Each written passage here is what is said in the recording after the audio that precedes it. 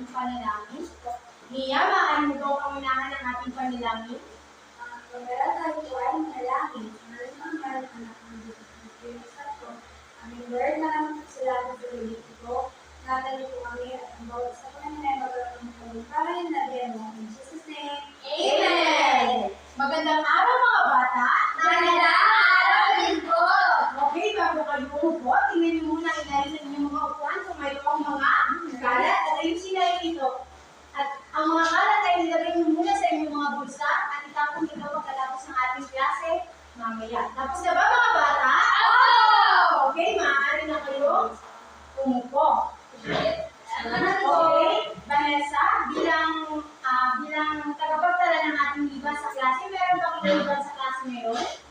Teacher, wala pong liban ngayong araw. Magaling! Kung ngayon, bigyan nyo ng 5 palakpakan yung sarili.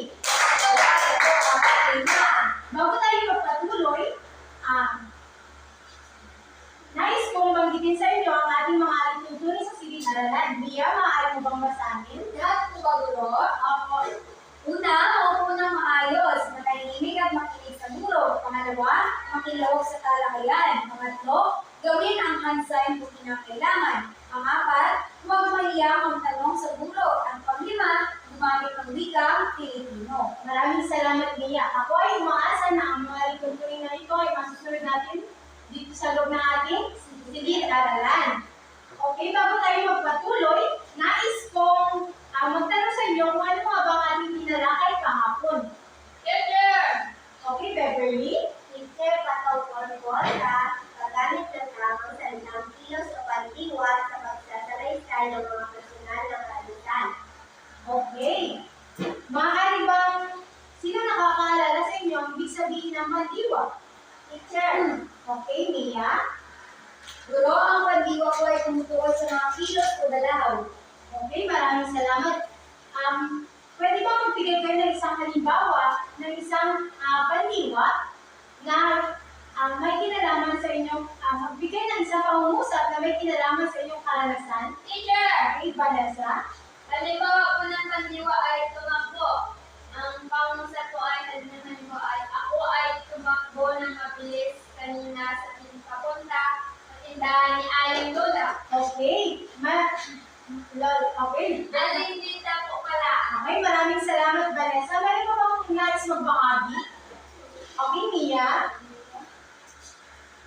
Ako ay mabilis na kumakain sapagkat ako ay huli na sa klase. Okay, Mia, ano ang ginamit mong pandiwa sa iyong pangungusap? Mabilis na kumain po, Guro. Okay, maraming salamat. Beverly, may gusto ka pa bang idagdag?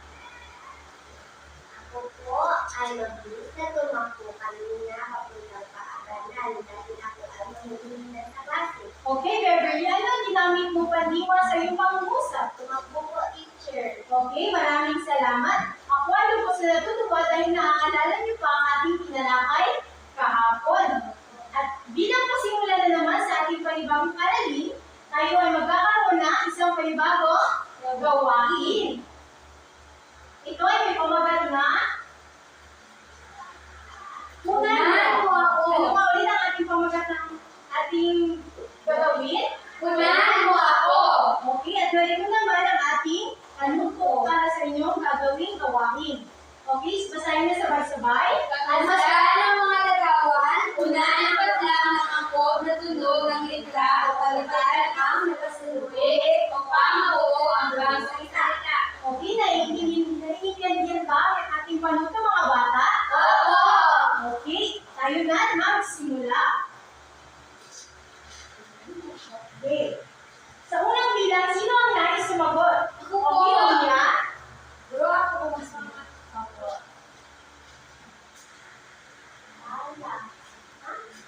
Okay, Mia? Okay, sa pangalawang bilang? Okay, Vanessa?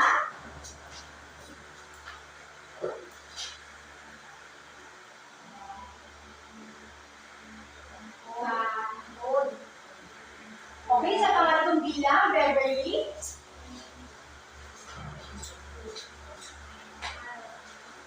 At sa pang-apat naman, Mia? Panglima, teacher. Ang lima naman, Vanessa?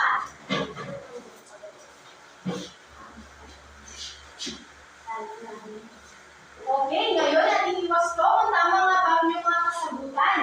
Okay, mula sa larawang ito, ito ay Pala! Okay, mula sa larawang pala, ito ay, pwede natin siyang dagdagan ng letra. Siya ay magiging Sampalan! Okay, tama. Ang ating nabuong salita ay Palad! Magaling. Sa pangalawang bilang naman, mula sa salitang dahon, maaari siyang palitan natin ng letrang Letrang K ang unang titik. Okay, magaling. Letrang D ang unang titik at siya ay magiging Kahon. Okay, magaling. Sa pangatlong bilang naman, Ilaw! okay, mula sa salitang ilaw, maaaring dagdagan natin ng ilaw ng anong letra? Letter D. Okay, maaaring siyang maging Dilaw! At sa pangapat naman, mula sa salitang tama, Maaaring baguhin ang titik T ng titik A para maging tama. okay, maaari siyang maging Tama. Magaling. At sa panglima naman, mula sa salitang taon, maaari siyang maging Talon kapag dinagdagan mo ng L sa pagitan ng A at O. okay. Sa pamamagitan ng pagdaragdag ng letrang L, magiging siyang Talon. Salita. Talon. Okay. Ako ay lubos na natutuwa dahil tama ang inyong mga kasagutan. Okay. Base sa inyong ginawa, meron ba kayong ideya kung ano ang ating magiging talakayan ngayong araw? Okay, Beverly? Pagsusunod sa gawain pagdadagdag po ng mga letra. Okay, magaling. May iba pang kasagutan, Lia? Dadagdagan ko lang po ang sagot ni Beb. Pagdadagdag ng mga titik o letra sa isang salita po. Pagdadagdag o pagbabawas ng isang letra o titik sa isang salita upang makabuo ng panibagong salita. Mahusay, tumpak na tumpak. Ang ating pag-aaralan ngayong araw ay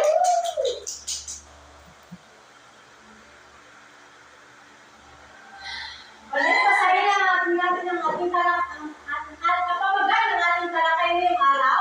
Pagpapalit at pagdaragdag ng mga tunog upang makabuo ng bagong salita. Katulad na sinabi ni Mia. Magaling.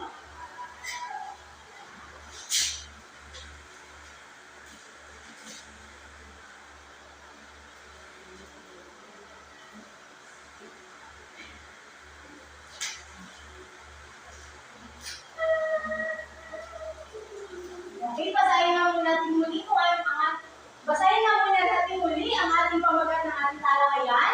Pagpapalit at pagdaragdag ng mga tunog upang makabuo ng bagong salita. Okay, maraming salamat.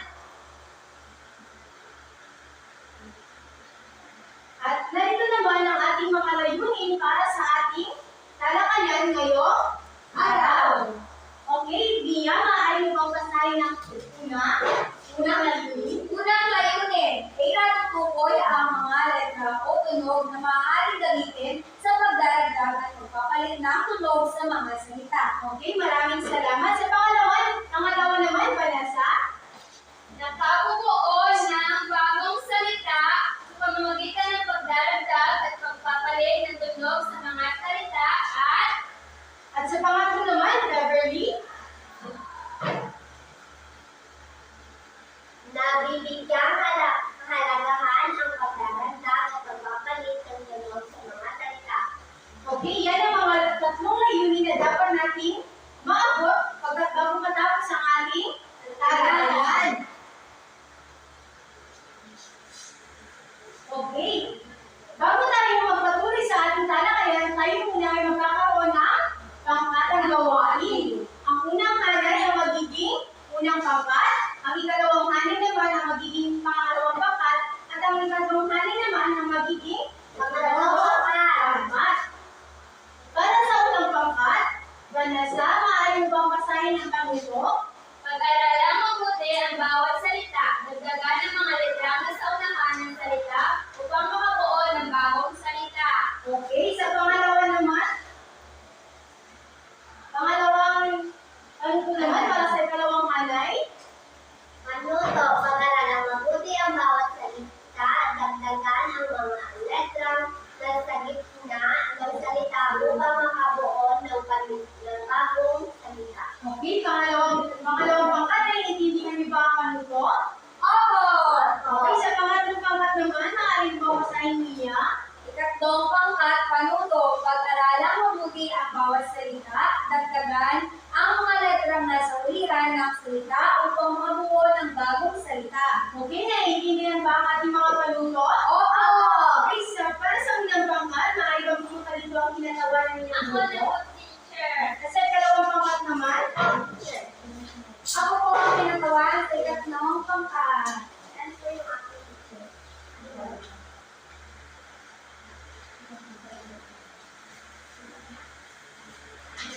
Okay. Mga bata, tatandaan naman kayo, ibigyan ko na tatlong minuto para tapusin ang ating gawain. Ako po.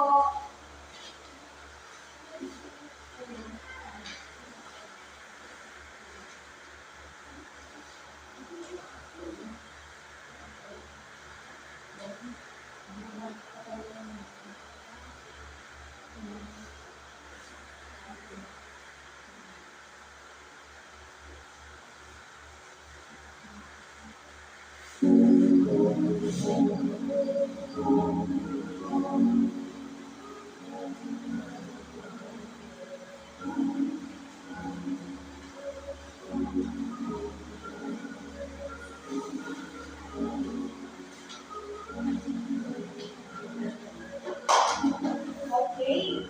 Mukhang tapos na ang pangatlong pangkat.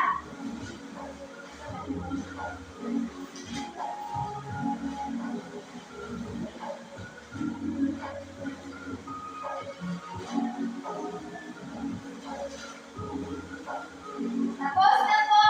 Okay, kung tapos na, pangalawang pangkat, tapos na ba kayo? Mukhang hindi pa tapos ang pangalawang pangkat. Tapos na po. Okay. At dahil tapos na kayo, maaari nyo na idikit ang inyong mga gawain sa pizarra. Hey! Yung.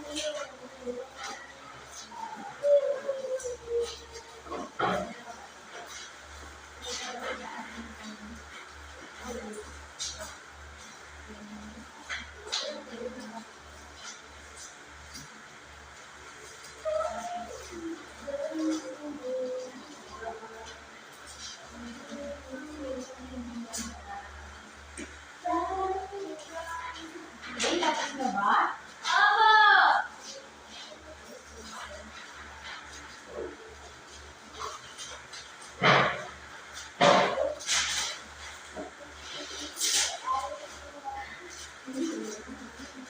Okay, mga bata, ano napansin nyo sa inyong ginawang gawain? Aming teacher, sa unang pangkat po, dinagdagan po namin sa unahan, dinagdagan po namin ng letra na sa unahan ang salita Okay. upang makabuo ng bagong salita. Okay, magaling. Ang inyong nabuo ay mga Salita. mga Basta. salita. So, may idea ba kayo kung anong ibig sabihin ng salita? Po. Okay, kung wala, sabay-sabay yung basahin ha. Definasyon or kahulugan ng salita. Salita. Ito ay binubuo ng tunog ng mga letra. Ang pandir ay binubuo ng mga tunog ng mga titik. Nababago ang tunog ng mga salita kung magkakaroon ng pagdadagdag o ipapalit ng mga tunog ng mga letra sa isang salita. Okay, magaling. Ang inyong mga nabuo ay mga salita at yan ay ating ibawasto sa ating talakayan mamaya. Sinasabi dito na ang salita daw ay mga tunog ng mga letra. Ito ay mga pagbilog-bilog ng mga tunog ng mga titik. Ibig sabihin, gumagamit tayo ng mga titik para Makabuo ng salita. magaling.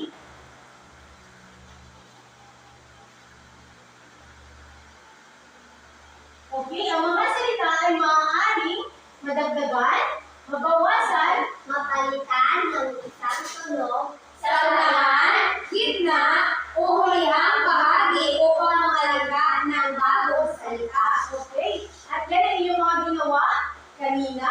Opo. Okay. Tayo magpatuloy sa ating talakayan. So, ang pagpapalit daw ng mga tunog ay isang paraan upang makabuo ng bagong salita.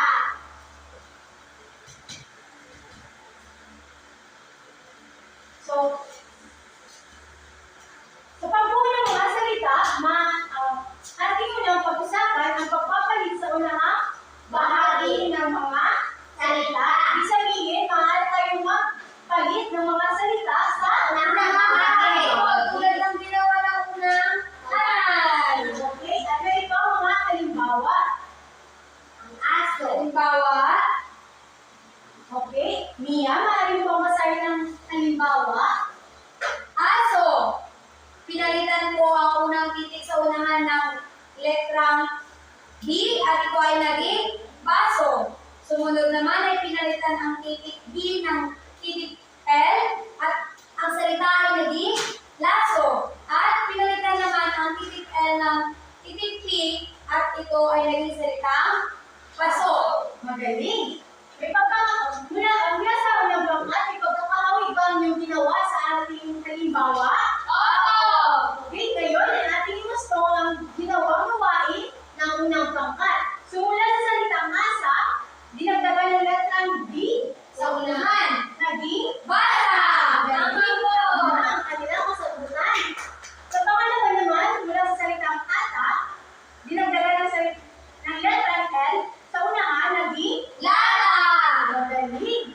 Sa pangalawa naman, mula sa salitang pusa, dinagdagan ng letrang P sa unahan. Naging Pusa! magaling. Napakahusay ng unang pangkat. Sa pang-apat naman, mula sa salitang awa, dinagdagan ng letrang N. Naging Lawa! magaling. At sa pang-lima naman, Upa! Dinagdagan ng letrang L ay naging lupa! okay, yan ang pagpapalit sa unahang Bahagi ng salita. okay.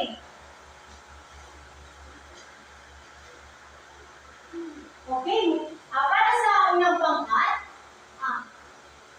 yan na ay nasagot kanina, may pagkakahawig, di ba? Oo! So, meron naman tayong pagpapalit ng mga letra sa gitna ang bahagi ng salita. Yan ay ang ginawa ng ikalawang grupo kanina. At narito naman ang halimbawa na pagpapalit sa gitna ng letra. So, Vanessa, maaari mo bang basahin ng halimbawa? Ang unang salita po ay tala. Tapos yung letrang A ay pinalitan po ng Diyos. Ang salita ay naging tula. Pagkatapos naman po yung letrang Yo ay pinalitan ng titik A. Ang salita ay naging tila. Magaling. Maraming salamat, Vanessa. So, sa ikalawang pangkat, may pagkakahawig ba o pagkakatulad ang halimbawa ito sa inyong ginawang gawain kanina? Okay. Ating iwasto ang inyong ginawa kanina. So, sa gitna, sa pagpapalit ng letra sa gitna, mula sa salitang baon, nagdadagdag ng letra L sa gitna, Balon! Sa salitang pito, dinagdagan ng letra N sa gitna, naging Hinibo! magaling. Magaling din ang ikalawang pangkat. Sa pangatlo naman, naging ang salitang Ito! Dinagdagan ng N sa gitna, pinito! magaling. Sa pangapat naman, ang letrang salitang puso, Dinagdagan ng letrang L sa gitna, naging pulso! magaling. Sa ikalima naman, Basa! Dinagdagan ng letrang L sa gitna, naging balasa! magaling. Bigyan natin ng 5 bagsak ang una at ikalawa. Okay. Mayroon din namang pagbabalit ng letra sa huliang bahagi ng salita. Ganito ang halimbawa ng pagbabalit. So, Beverly, maaari mo bang basahin ang halimbawa? Pusa, pinalitan ang letrang A sa ng letrang O naging puso. Okay. Sa ikatatlong pangkat, may pagkakatulad ba ang halimbawa ito sa inyong ginawang gawain kanina? Oo! Okay, nagkaroon na ang pagbabalit sa huli. Bahagi ulit titik ng salita. Okay, mula sa salitang bato, dinagdagan ng I sa Naging gitna. bato. Pusa, pasa, Pasas, igel, pasan. magaling. Baha, dinagdagan ng letter G, baha. Magaling. Bula, dinagdagan ng letrang G, bula. Magaling. At puso, dinagdagan ng letrang N, naging puso. Magaling. Hindi nga kayo ay nakikinig sa ating talakayan.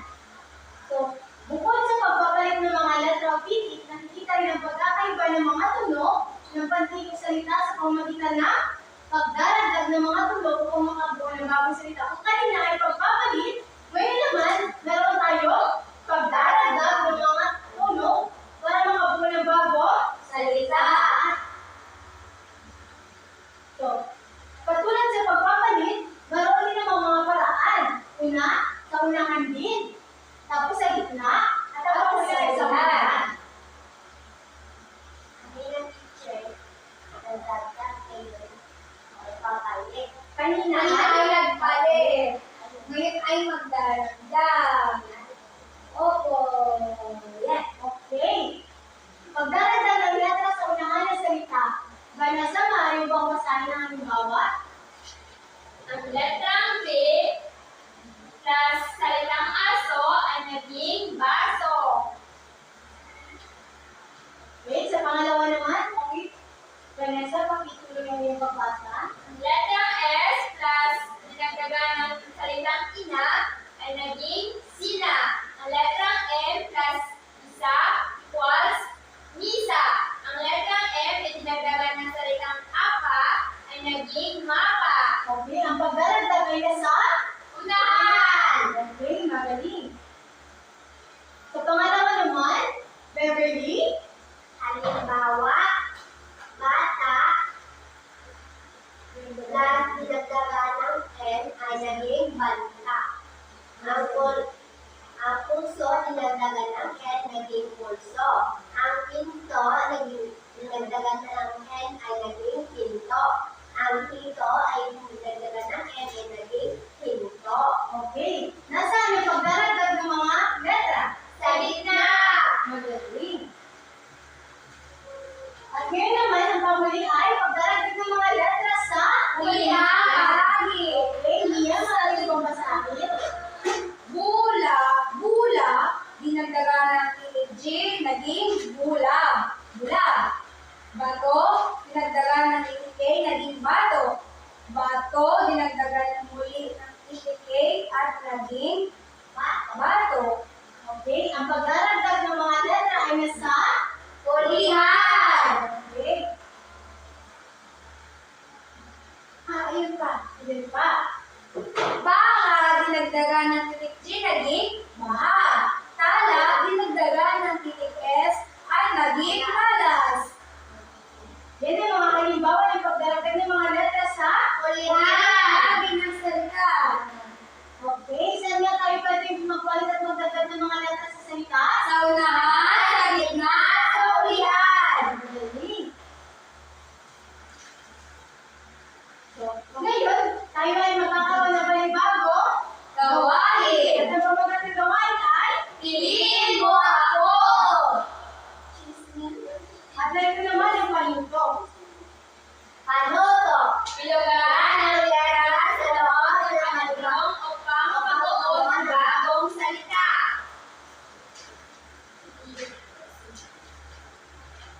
Okay, para sa unang bilang, sino gusto yung sumagot? Ako, teacher! Okay, Vanessa?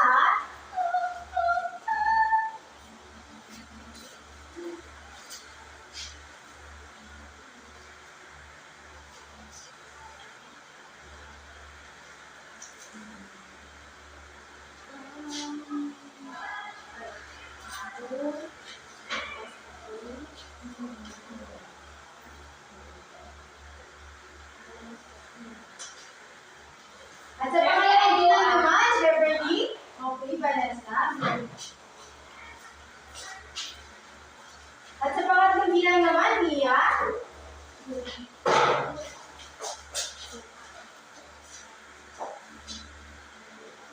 Ako, teacher, sa number Okay, 4. Vanessa. Ako po sa number 5, teacher. Okay, Beverly, para sa ikalawang bilang.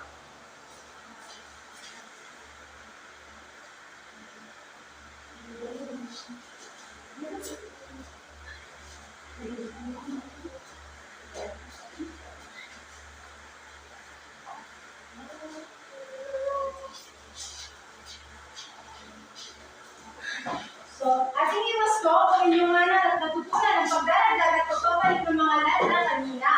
Sa unang bilang, ang salita ay Oso. plus Dinagdagan ng titik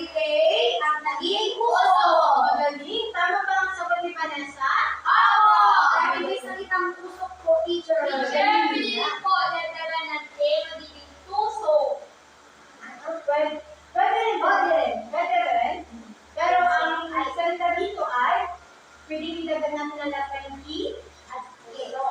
Tama rin na sinabi ni Vanessa kanina. Okay, sa pangalawa naman, mula sa salitang ka, ang pwede siyang pagdagan ng salita. S. Maging Ka. saka. Okay, nasaan yung pagdaragdag ng letra? Sa unahan. Magaling, Vanessa. Sa pangatlo naman, Bata. mula sa salitang atas, Nagdagdagan ng letrang B. Naging batas. magaling. Sa ikapat naman, mula sa salitang puno, siya ay dinagdagan saan dinagdagan ang salitang puno? Sa unahan. Magaling, galing. Puno. Magaling. Sa ikalima naman, mula sa salitang asa, naging Dinagdagan ng letrang B. Naging basa. magaling. Okay, maaari niyo bang bigyan ng ang galing-galing lang ang inyong mga sarili? 1, Okay, tumayo Vanessa. 1, 2, 3, 1, 2, 3. Ang galing-galing. Okay. Maaari na kayo umupo. Dahil sa usabi sa pagsagot, tayo naman ay magkakaroon ng panibagong gawain at ang pamagat ng ating gawain ay Ideya ko, bigkas mo. kaya tayo naman ang panuto sa ating gagawin. Sabay-sabay natin basahin. Kumuha ng kalahating bahagi ng papel at sasagutan ang tanong sa ibaba. Okay, meron kayo tanong na sasagutan. Naiintindihan ba mga bata? Opo. At narito ang tanong. Lahat ba ay mayroong kalahating bahagi na ng papel? Opo. Okay, narito ang tanong. Basahin natin. Para sa iyo, ano ang kahalagahan ng pagdaragdag at pagpapalit ng tunog o letra sa salita? Okay, bibigyan ko lamang kayo ng 5 minuto para sagutin ang katanungan na iyon.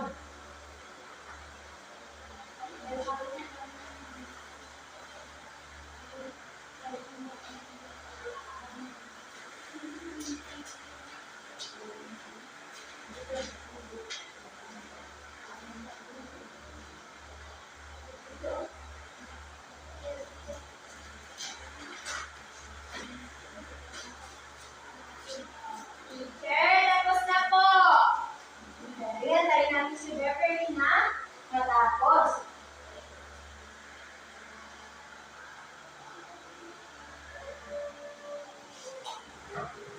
May kuha lang po ako ng papel.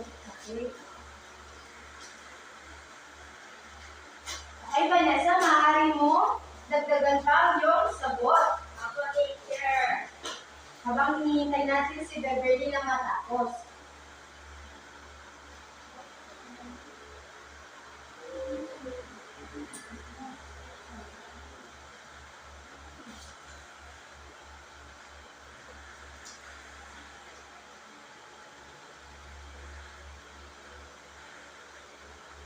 Okay, tapos na ba? Opo. Okay, at ngayon, ako ay pipili na 2 mag-aaral na magbabahagi ng kanilang kasagutan mula sa ating tanong. Okay, Beverly, maaari mo bang ibahagi ang iyong sagot dito sa unahan? Teacher, basahin ko po ang tanong. Para sa iyo, ano ang kahalagahan ng pagdaragdag at pagpapalit ng tunog o letra sa mga salita? Ang kahalagahan po ng pagdaragdag at pagpapalit ng salita o letra ay tunog sa salita ay para po mas lalo po nating maunawaan ang mga salita po o mga salita. Okay, maraming salamat, Beverly, sa iyong pagbabahagi. Vanessa, maaari mo bang ibahagi dito sa unahan ang iyong kasagutan mula sa tanong na iyon? Teacher, para sa iyo, ano ang kahalagahan ng pagdaragdag at pagpapalit ng tunog o letra sa mga salita? Para sa akin, teacher, ang kahalagahan po nito ay nakakabuo tayo ng panibagong salita. Tapos po, mas lalong nadadagdagan ang ating kaalaman sa paggawa at paggamit ng mga salita. Okay, Mia, mayroon ka ba may dadagdag? Ano po, teacher, ang tanong? Yun po ang tanong natin. Para sa iyo, ano ang kahalagahan ng pagdaragdag at pagpapalit ng tunog o letra sa mga salita? Mahalaga po ito upang mas maging malawak ang aming kaalaman, teacher, sa paggunawa po ng mga salita. Halimbawa po, alam kung marunong kami magpalit ng mga titik sa unahan, gitna o sa ulian, kami sa pagdaragdag. Alam po namin, teacher, intindihin po kapag halimbawa po sa salita puso, kapag tinanggal ang letrang P sa unahan, alam po namin unawain kung ano na lang ang kahulugan ng salitang natira na uso. Okay, magaling. Maraming salamat sa pagbabahagi ng inyong mga sagot. So kung magkita ng pagdaragdag at pagpapalit ng mga tunog ng mga letra sa mga salita, tayo ay nakakabuo ng panibagong salita. Mula sa simpleng salitang puso, pili natin siyang gawing puso. Okay, magaling. Okay, at ngayon, ating balikan ang ating talakayan kanina. Tayo ay magkakaroon ng panibagong gawain. Ito ay Tanong ko, sagot nyo. okay, meron akong kahon dito. Ang bawat numero ay ang magiging Kasihan ng mga tanong. So, yan ang ating mga tanong. So, sa una ay meron, pasahin natin sabay-sabay. Tungkol saan ang ating tinalakay? Ngayong araw. Sa pangalawa naman, tanong. Ito ay niluon ng tunog ng mga letra o pantig. At sa pangatlo naman, Kailan nagbabago ang tunog ng mga salita? at sa pangapat naman, Ang mga salita ay maaaring madagdagan, mabawasan o mapalitan ng isang tunog sa patlang o patlang bahagi upang palitan ng bagong salita. okay, sino maaaring magtapo ng buko? Box dito sa unahan. Okay. Okay, ang iyong tanong ay Ang dalawang tanong. Ito ay binubuo ng tunog ng mga letra o pantig. Ito po ay salita. Magaling, ating basahin muli ang kahulugan ng salita. Ito ay binubuo ng tunog ng mga letra. Okay, tama ba ang kasagutan ni Mia? Oo! Magaling, bigyan natin siya ng 5 bagsak. Ay, 2, 3, 4, 5. Okay, at sa pangalawa naman, sino ang gusto ang sumuko? Ako po, Okay, teacher. Vanessa, maaari mo nang ihagi sa kawat para sa iyong katanungan. Number 3. So, Vanessa, kailan nagbabago ang tunog ng mga salita? Kailan nagbabago kapag po ito ay pinalitan ng letra sa unahan, sa gitna at sa hulihan? Okay, maaari magbago ang tunog ng mga salita kung ito ay dinaragdagan natin o pinapalitan ng mga tunog sa unahan, Gitna at hulihan. bigyan natin siya ng 3 bagsak. Salutato. Okay, Beverly? Number 1. Wow! Magaling ang iyong katanungan ay ang unang bilang. Tungkol saan? Tinalakay na yung araw. Patungkol ko sa pagpapalit at pagdaragdag ng mga tunog upang makabuo ng bagong salita. Magaling, ang ating tinalakay ay Pagpapalit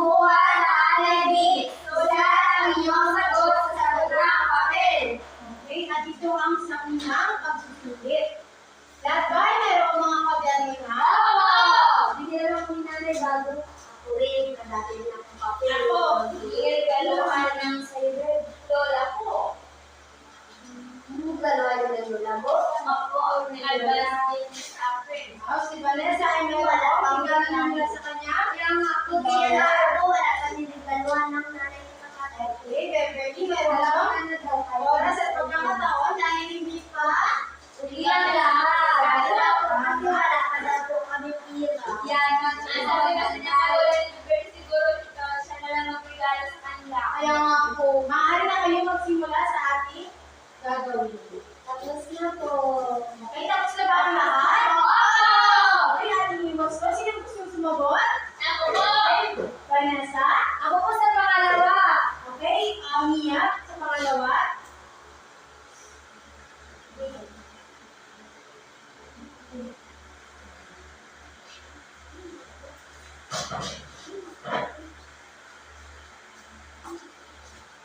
Okay, Vanessa sa pang-apat.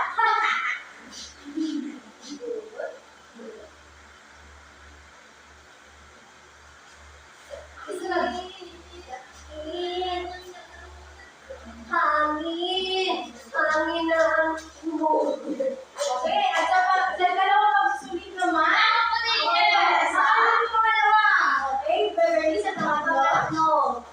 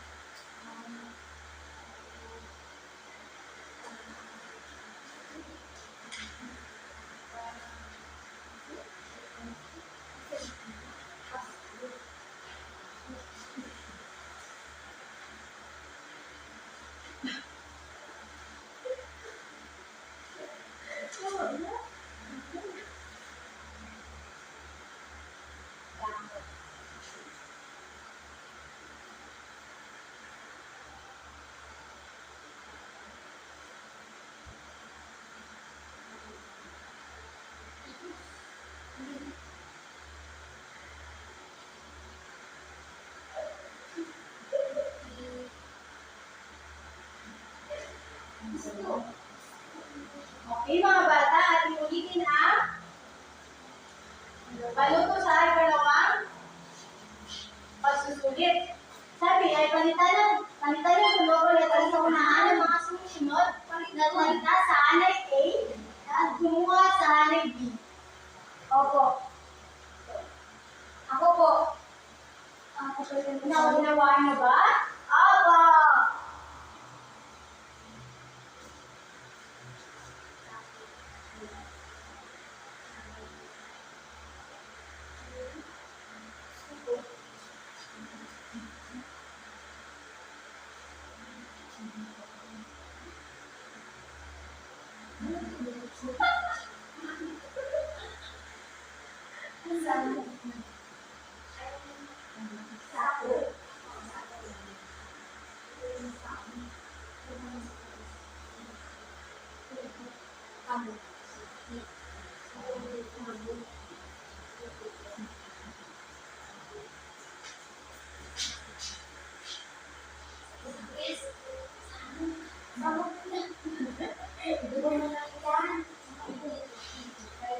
Ako yung number 5 na yung malinis teacher.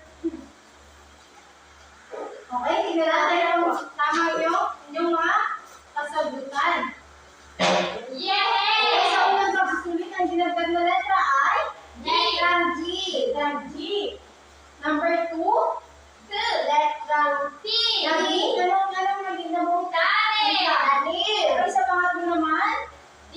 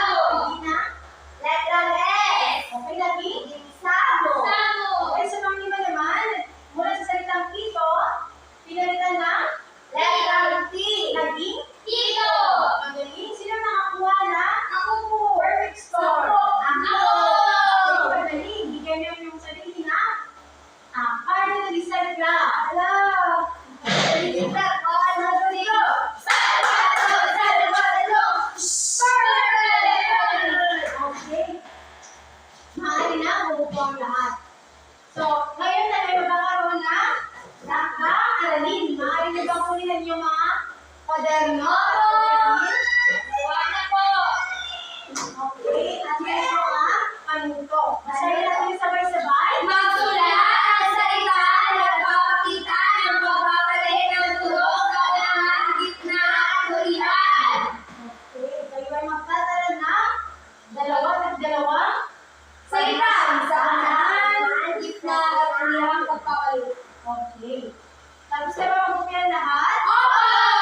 Okay, maaari ko ba mangyayari na ating tumayo? Okay, Beverly, maaari mo ba paunahan ang ating pawakas na panalangin? Okay po, sure. Classmates, let us pray. Lord, thank you for this day. Guide us as we go home. Amen! Okay, maaari nila ikita rin yung mga bag. Okay,